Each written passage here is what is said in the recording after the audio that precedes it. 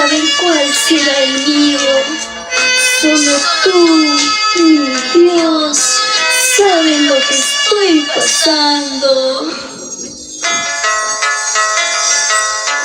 Destino, llévame a otro lugar. Destino,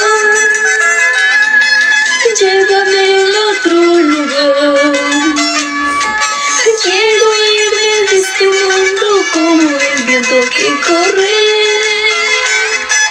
Quiero irme de este mundo como el río que se va, como el río que se va.